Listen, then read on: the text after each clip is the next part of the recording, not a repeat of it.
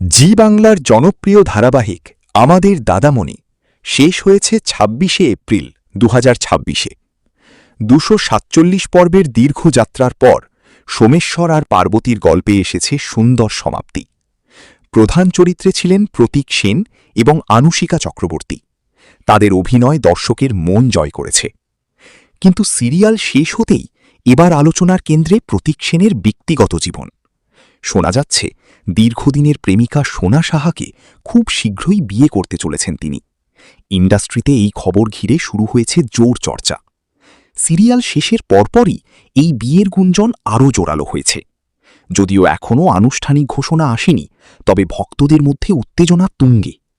অনেকেই মনে করছেন পর্দার যাত্রা শেষ হতেই বাস্তব জীবনে নতুন অধ্যায় শুরু করতে চলেছেন প্রতীক।